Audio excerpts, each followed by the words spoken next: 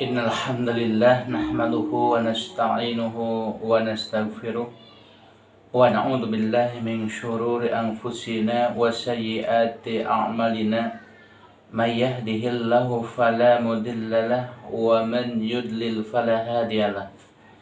Asyhadu an la ilaha illallah wahdahu la syarikalah wa asyhadu anna Muhammadan abduhu wa rasuluhu alladzi la nabiyya ba'dah. Amma ba'du. Sahabat muslim yang dimuliakan Allah Subhanahu wa taala. Setiap insan, setiap orang, setiap manusia pasti dia pernah melakukan suatu kesalahan. Dia pernah melakukan suatu kekeliruan. Dia pernah melakukan suatu dosa. Dan ini merupakan sesuatu yang pasti. Rasulullah Shallallahu Alaihi Wasallam mengatakan, sesungguhnya manusia itu tidak terlepas dari khata wa nisyan, kesalahan dan juga suatu dosa dan kesalahan. Kemudian ikhwati iman rahimakumullah, ada juga dalil-dalil yang lain yang menyebutkan bahwa manusia itu pasti melakukan suatu dosa. Rasulullah Shallallahu Alaihi Wasallam bersabda, kullu adamun khata'un, setiap anak Adam itu dia pernah melakukan suatu kesalahan. Wa khairul khata'i khata'un tawwabin, serta sebaik-baik orang yaitu ketika dia berbuat salah, berbuat dosa, kemudian dia langsung bertobat. Kemudian di dalam hadis yang lain, ya ibadi innakum tahti'una fil lail wan nahar. Di dalam hadis yang lain, wahai hamba-hambaku, sesungguhnya kalian berbuat salah pada malam dan siang. Bahkan hadis ini mengatakan bahwa manusia itu selalu melakukan kesalahan, dosa pada waktu malam dan juga siang. Berarti ini membuktikan bahwa manusia memang tidak terlepas dari salah dan dosa. Sahabat muslim yang dimuliakan Allah Subhanahu wa ta'ala, ada 3 amalan yang jika kita melaksanakan amalan itu, maka ini tidak menjadi dosa. Allah memaafkan dosa tersebut, meskipun itu adalah perbuatan dosa. Rasulullah SAW mengatakan melewati seorang sahabat yang bernama Ibnu Abbas, anna Rasulullah Sallallahu Alaihi Wasallam, sesungguhnya Rasulullah Sallallahu Alaihi Wasallam qala, dia bersabda, innallaha tajawaza li an ummati, sesungguhnya Allah Subhanahu wa taala akan mengampuni umatku. Ya. Kata Allah, Allah akan mengampuni umatnya dalam 3 perkara. Yaitu khata'un wa nisyan wa mastakrihu alaih. Pertama, ketika dia melakukan dosa itu karena lupa.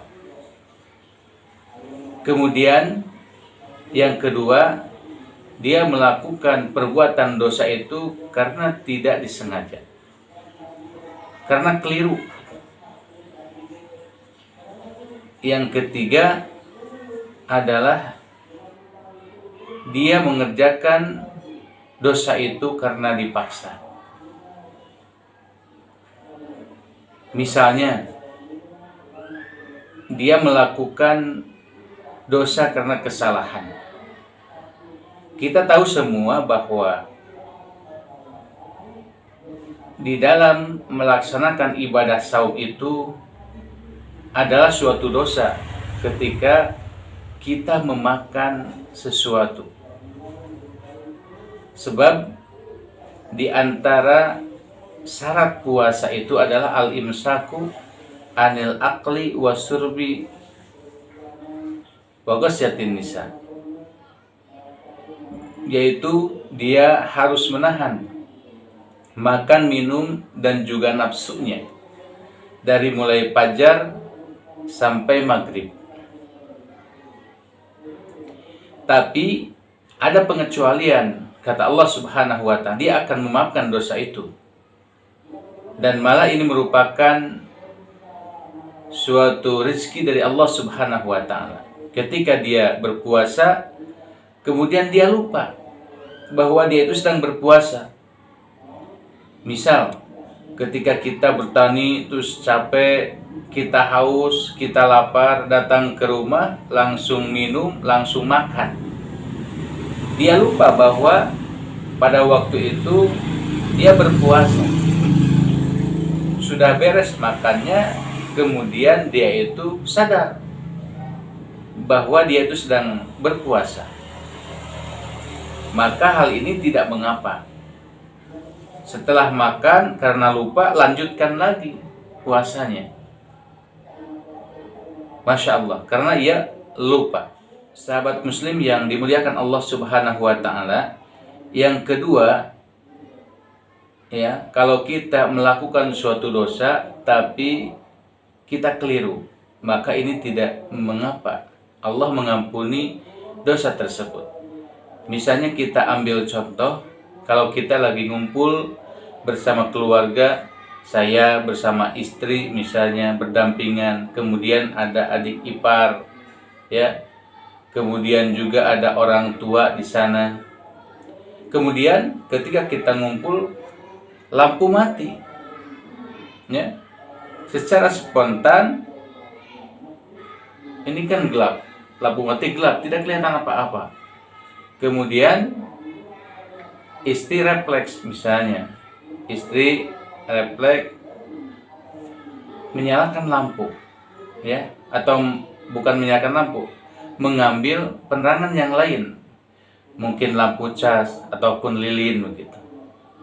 Saya misalnya secara tidak sadar, ya, dengan canda juga memeluk yang di samping saya. Aduh, takut misalnya. Ternyata yang dipeluk itu bukan istri saya, tapi adik ipar saya. Ya, ini dosa tidak? Dosa sebetulnya, tapi karena keliru, tidak tahu, ya, yang tadinya di samping saya itu istri saya, karena istri saya tidak ada, maka yang ada itu adik ipar saya, dipeluk. Maka ini tidak mengapa. Karena apa? Karena ini keliru. Kemudian yang ketiga, yang jika kita mengerjakan pekerjaan itu, ya, maka ini tidak mengapa juga. Allah akan mengampuni dosanya karena dipaksa. Misalnya kita ambil contoh, kita berada di lingkungan yang notabene bukan lingkungan muslim, dan kita minoritas di sana misalnya. Kemudian orang-orang kafir di sana itu orang-orangnya ekstrim, ya, orang-orangnya ekstrim. Nah, dalam satu waktu misalnya dia memaksa kita itu untuk memasuki agamanya, ya. Kemudian kita diancam mau mati, mau masuk agama Nasrani. Dia bilang seperti itu, mau mati, mau masuk agama Nasrani, ya. Kemudian kita takut, daripada mati, ya sudahlah, mendingan pura-pura masuk saja, begitu, pura-pura masuk orang agama Nasrani. Nah, ketika kita pura-pura, ya udah saya masuk saja daripada saya mati, misalnya seperti itu. maka ini tidak mengapa, ya, karena ini dipaksa. Sahabat muslim yang dimuliakan Allah Subhanahu wa taala, ini terjadi kepada sahabat Rasulullah SAW yang bernama Ammar bin Yasir. Pada awal-awal Islam, seorang pemuda yang bernama Ammar bin Yasir, dia itu masuk Islam. Dia secara sembunyi-sembunyi belajar kepada Rasulullah Shallallahu Alaihi Wasallam. Kemudian setelah beberapa waktu, orang tuanya mengetahui bahwa Ammar bin Yasir ini mengikuti ajaran Rasulullah Shallallahu Alaihi Wasallam. Kemudian orang tuanya pun tertarik dengan agama yang dibawa oleh Rasulullah Shallallahu Alaihi Wasallam.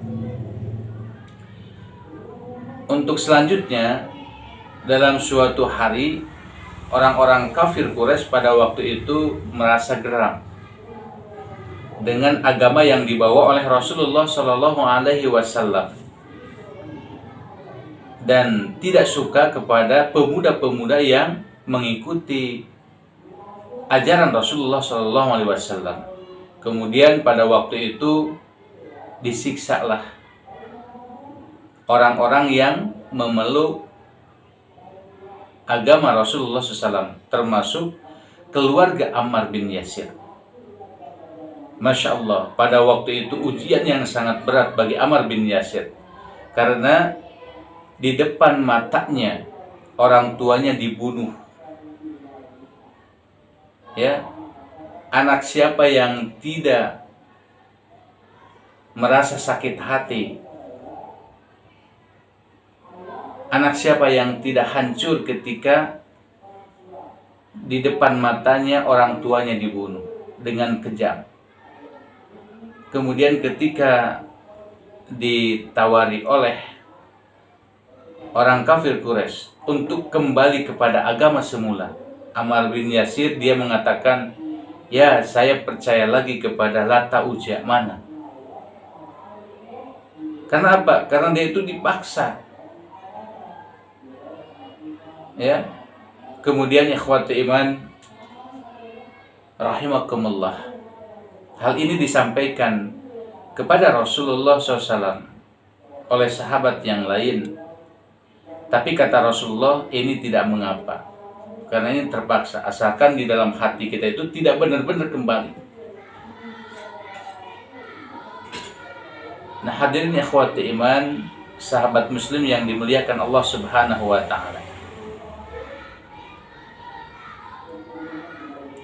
Di dalam beberapa hadis yang telah saya sampaikan, kemudian juga ada amalan-amalan yang tidak mengapa kita amalkan, ya, asalkan kita itu syaratnya lupa, kemudian tidak disengaja dan dipaksa, maka itu tidak menjadi dosa.